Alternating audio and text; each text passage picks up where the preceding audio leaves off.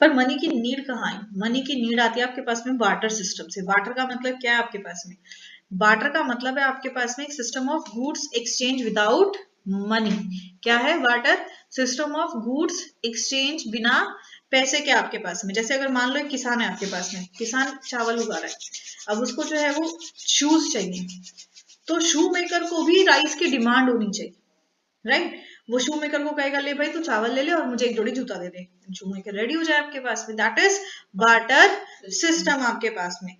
तो barter system में सबसे बड़ी प्रॉब्लम जो हमारे पास में आती है, वो प्रॉब्लम आती है डबल कोइंसिडेंस ऑफ वांट की। सबसे बड़ा ड्रॉबैक आपके पास बार्टर सिस्टम का, कि भाई अगर मेरे पास चावल है तो जिसके पास जूते हैं, जो कि मेरी डिमांड है, उसको भी चावल की नीड होनी चाहिए। बार्टर की सबसे बड़ी प्रॉब्लम है double coincidence of want, that both the people must have what the other is demanding or the other is needing at the same time।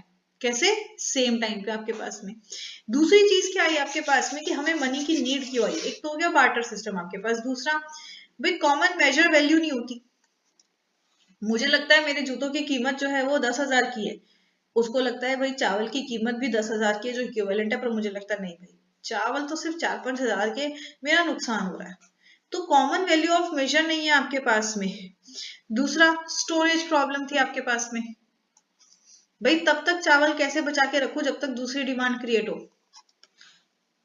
आ रही बात समझ में? कि मुझे पता है मेरे पास चावल ही एक ऐसा सिस्टम है जिसको मैं एक्सचेंज के लिए यूज कर सकती हूँ, तो मैं लाइफ मेरे को उसको चावल को अपने जब तक नेक्स्ट चावल का स्लॉट ना आए, मुझे चाहिए मेरा ये वाला चावल का स्लॉट जो है वो बचा रहे, ताकि जब भी कोई चीज की नीड आए मुझे कभी जो है वो तेल की जरूरत है तो चावल दिया, तेल खरीद लिया, मुझे कभी जो है वो बैग की जरूरत है, चावल दिया ले लिया, मुझे कपड़ों की जरूरत है, चावल दिया ले लिया।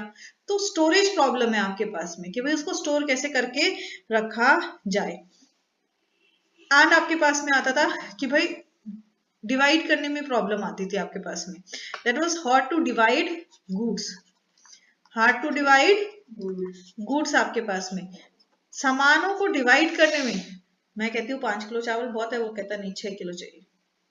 तो इस तरह से सामान का जो डिवीजन करना है आपके पास में, उसमें दिक्कत आती थी, और सबकी अपनी डिफर्ड पेमेंट्स होती थी आपके पास।